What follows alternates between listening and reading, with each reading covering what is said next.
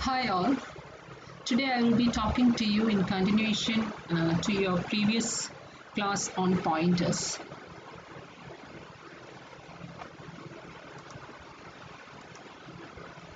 So the prerequisite to understand this class are functions in C, declaring pointers and accessing data through pointers, array access using pointers. So if you haven't heard these sessions, better you go back, listen to these sessions and then come back and you can go through the current session.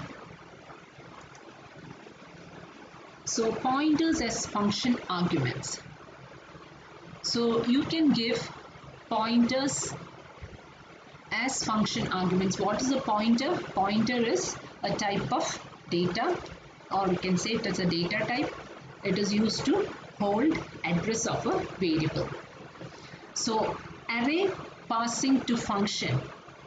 So you have seen in the previous sessions, when you are passing an array to a function, the address of the first element of that array will be passed. Though we are passing an array, the address of the first element will be passed to the array, and using that the function can access the other elements of the array. For example, this is largest, this is a function.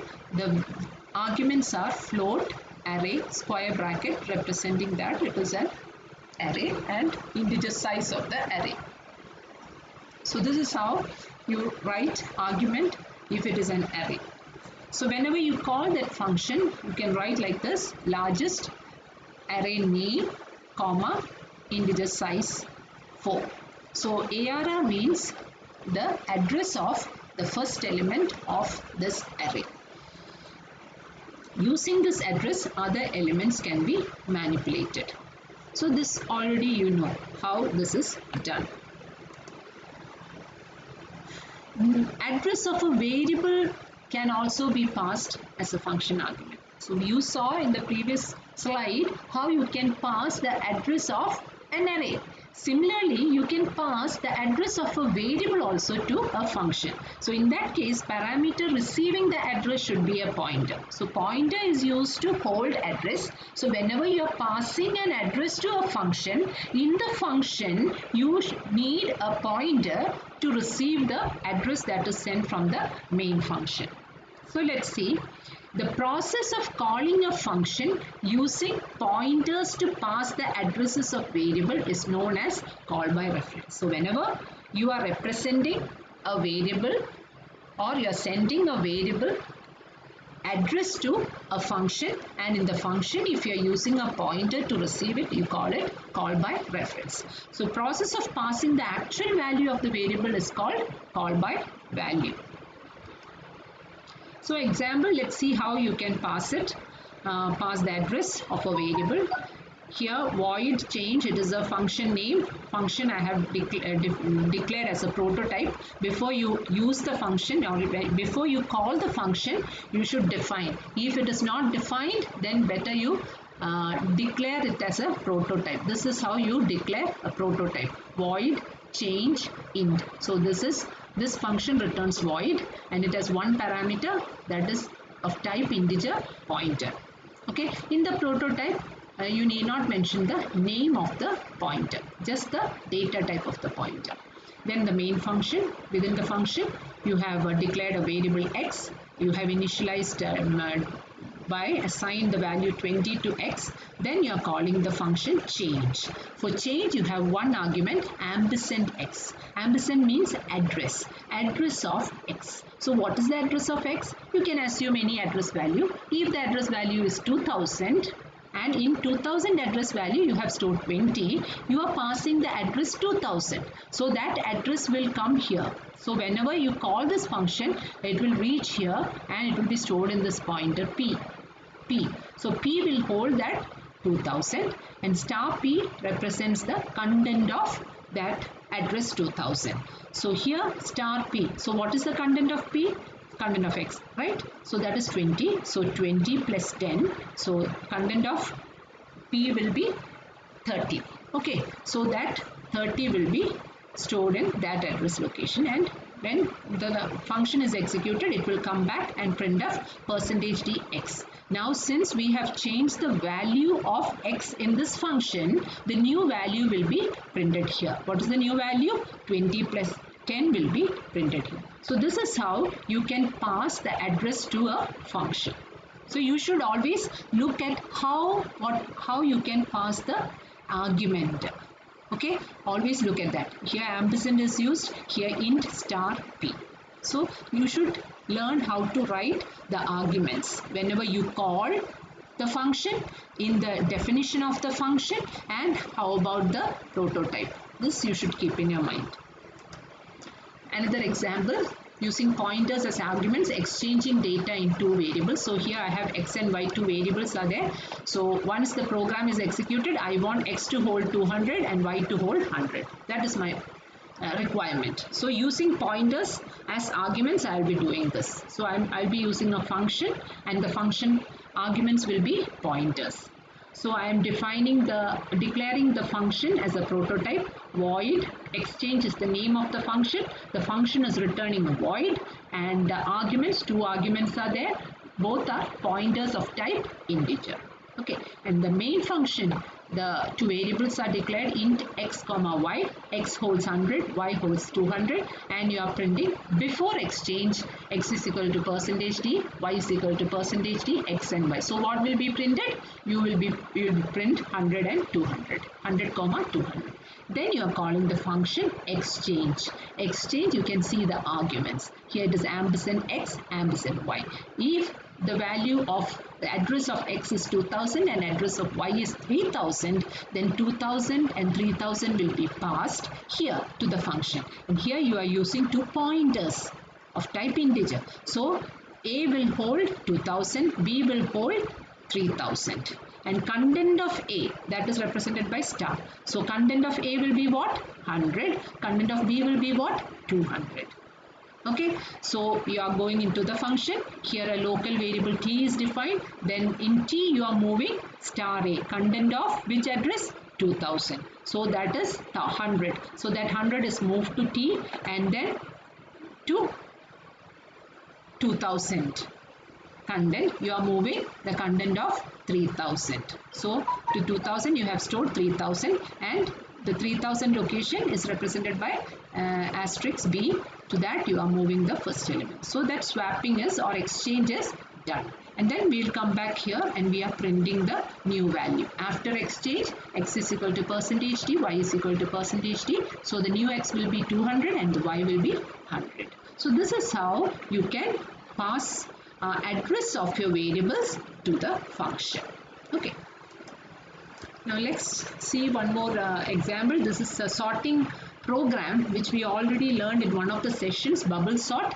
The same logic is applied here. So this is an array holding 4 element array. 4 elements are there. So the logic is actually, you can go through the bubble sort logic once again. So in this, first you will be comparing these two elements. Whichever is larger, you move to the right hand side. Then that and this will be compared. Whichever is larger will move to this side. Then again that and this will be compared. This will the larger will come here. So in the first round, the largest among the 4 will move into the rightmost end. So in the next round, you need not consider that one. Then the next round, you will be comparing this and this. Okay, whichever is larger will come here. Again this and this, whichever is larger will come here. Okay, then the second largest will reach the second position. Then the third round, you will compare these two. Okay, and that is over. So number of comparisons and number of passing through the array is important here. How many times did we pass?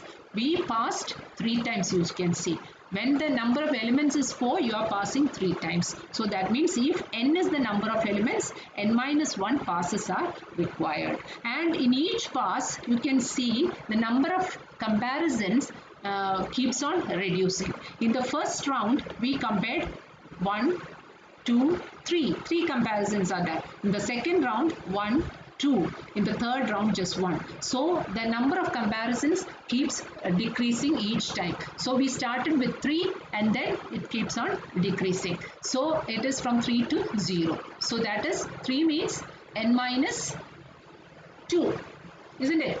Okay, so that's it. So now let's move into the program. So in the previous session, when I explained the sort program, I wrote this part also within the main function. So I didn't have two functions like this. I wrote the entire thing in the main function. So here I have separated the sorting part. I have written as a function here. So the other things are same, the entire logic is same, only thing is I have applied the logic within this function, that's all. You can just compare this with the previous program. So in this you can see this is the prototype definition. So whenever you write the prototype, this is how you write the prototype: void function name, then the arguments. Okay, you need not mention the name of the argument, but you have to write the arguments. If it is an array, you have to show it like this with square bracket, and if it is a integer type variable, you have to write int. Okay, and then write the main function. In the main function, you have defined array nc, then you are reading in the number of elements first. Number of elements, in this case it is 4, it will be stored in n. Then you are reading 1 by n, 1, all the 4 numbers into the array. So array is defined, and then you are calling the function sort. So for the function sort, you have two arguments. One is the number of elements in the array, and the second is name of the array. So what is it? Name of the array means what? Address of the array. Address of the first element of the array. So that you are passing. So here, look here how I have defined the function.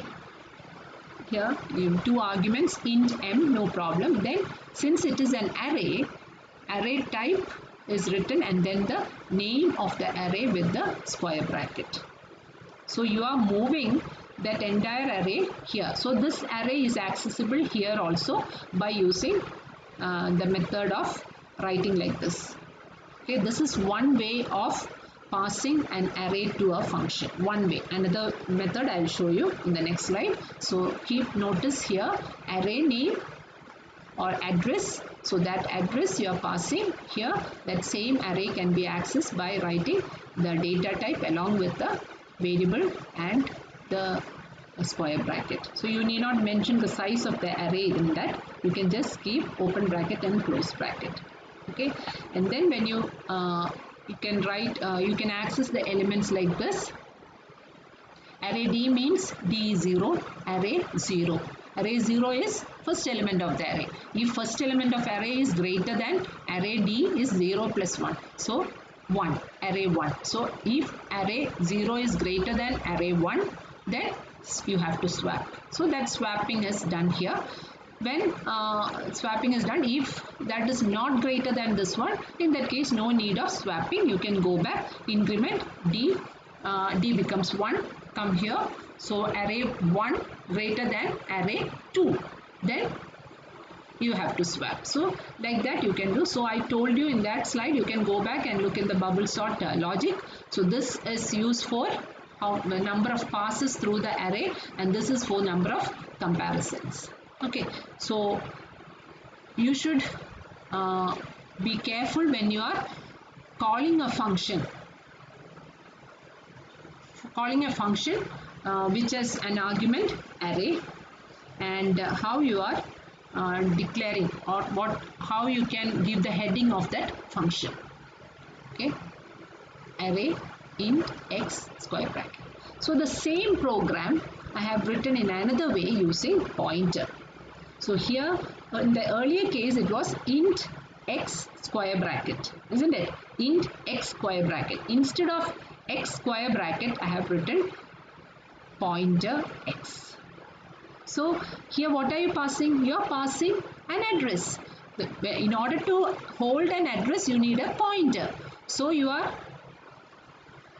declaring a pointer here. Pointer, this pointer variable will access or store the address of the first array element.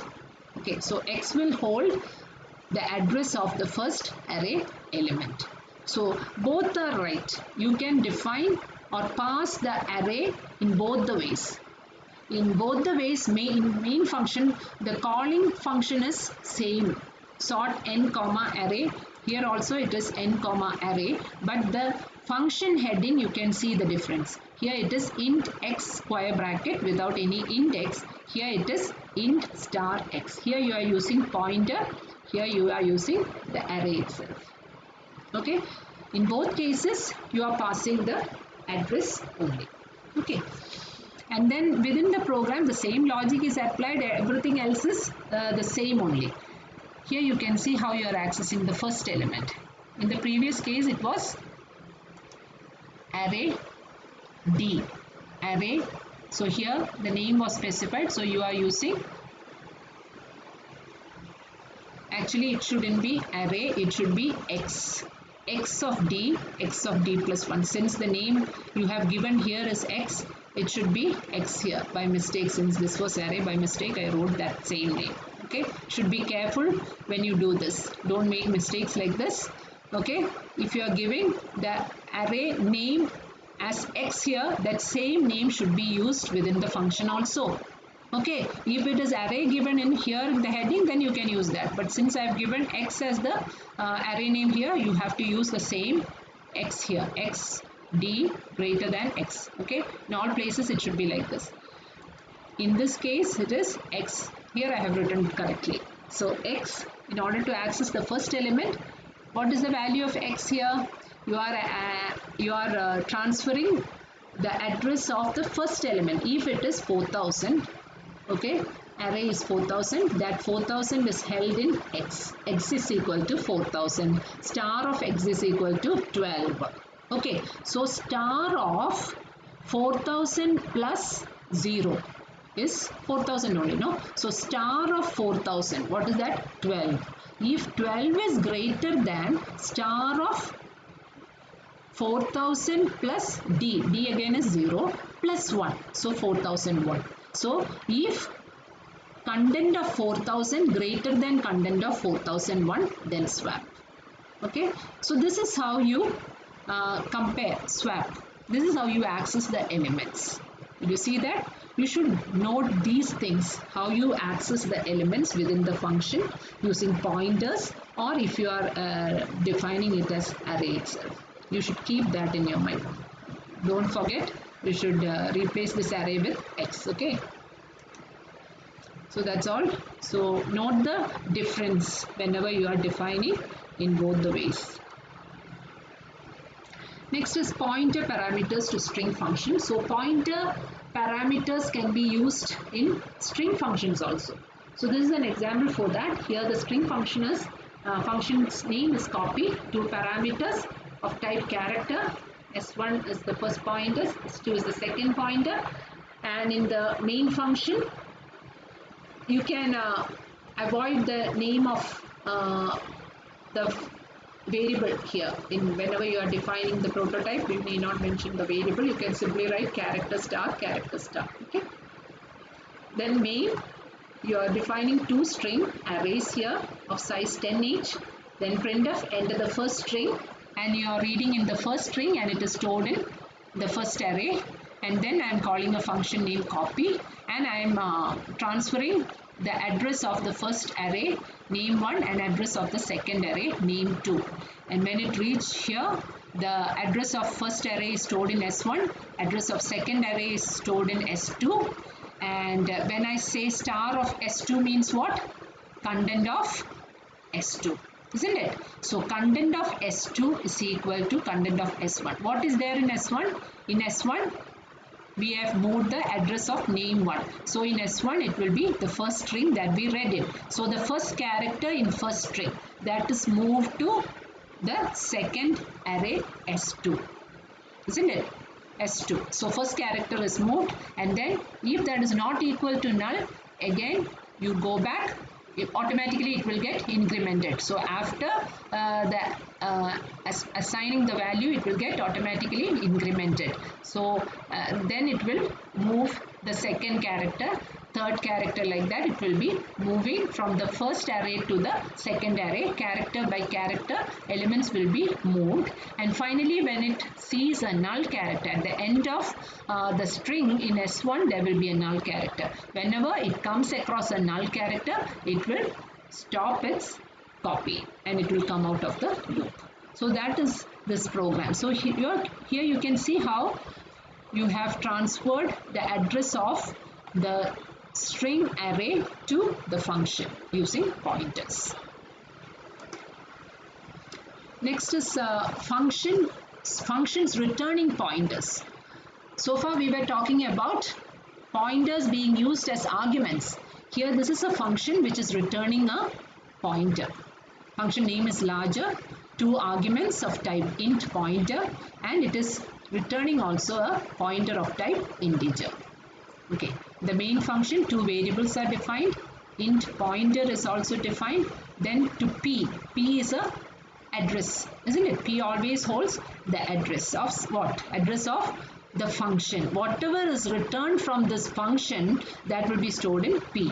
So larger, this is a function name, ampersand of a, ampersand of b. So you are transferring the address of first variable, address of second variable. So these addresses are stored in x and y. So content of x, it is checking the content of x. What is content of x? That is 10. Content of x greater than content of y, 20. In that case, return x. Okay, so it will not return. So you are returning the address of x. That's what it is saying. Address of x. Okay, return x. Otherwise, you return y. So x holds what? X holds the address of x. Okay, what is in x? X is actually the address of a, isn't it? So x a. So it will return the address of x, means this will be, sorry, a will be returned here. Address of a will be returned here, and p will hold the address of a, isn't it? And printf star p means star of a. So the content of a will be printed here. If else means if star of x is greater than star of y. But here star of x is not greater than star of y, so it will not return y. So for this case, since star of x is greater, is it? No. A is smaller than b, isn't it? So x is smaller here. So since star of x is, if it is greater, no, it is not greater. So what will it return? It will return y. Y is the address of what?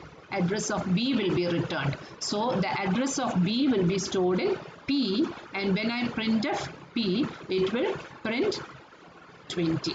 20 will be printed. Is it clear? Okay. Now compatibility and casting. A pointer has a type associated with it. So in the previous all the programs you have seen, whenever I am using a pointer, there will be a type to a pointer. It will be integer or float, whatever type it is pointing to, that type will be there in any pointer. You cannot assign pointer of one type to another type. If star p is integer and star q is float type, you cannot say p is equal to q. That is not allowed. Okay, different pointers cannot be equalized or assigned. Can make explicit assignment using cast operator, as in fundamental data type. So there is a operator called cast which can be used in such cases. Okay, so this is there in case of fundamental data types also, like integer, float and all. Also you can use this cast operator in order to override the data type, in order to avoid such situations. So here for example, integer x is integer variable, p is a character pointer. Okay, and here you are assigned p is equal to character ampersand of x. You are storing in a character pointer address of an integer. Character pointer, address of an integer. So what are you doing here? You are overriding the integer part of x and you are making it character. You are casting it to character. So it is now a character you are pointing to. Okay, so character, you are overriding the integer nature of x. You have changed to character, and then you can store it in p. Otherwise, this is not allowed. You cannot say p is equal to ampersand x without this. So this is a cast. This is how you cast. Okay, you are overriding the nature of this variable. All operations that use pointer p must apply casting properly. So you should be careful about it. Whenever you are assigning a pointer to another pointer, make sure that both the pointers are of same type. Otherwise, you have to use this operator cast. An exception is void pointer. If you have defined a pointer as void, then this problem won't be there. Void can accept any type of pointer, so there won't be any problem. So void star VP. This is how you define a pointer variable of type void. So this is in normal type also. Okay, normal fundamental data types also this cast operator is available. I've just given few examples for this. If this is ratio is equal to female number by male number. If ratio is a float variable and if these two variables are float, if ratio is float and if these two are integer, what happens? Integer by integer will give you only integer value, but you need a float. So you are converting this integer into a float by casting. So for that variable you are prefixing this cast operator with that data type. So the result will be of type float. Since float by integer will give you a float, so you can do this. Otherwise you cannot write the statement without this float using cast operator.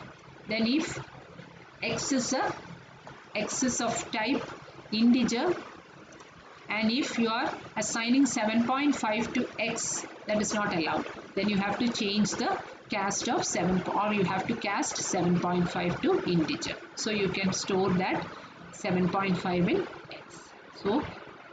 So integer is stored in x. Then a is of type integer. Since these two values 21 by 3 by 4.5 both are float values, so you have converting that float to integer by prefixing it with the cast operator.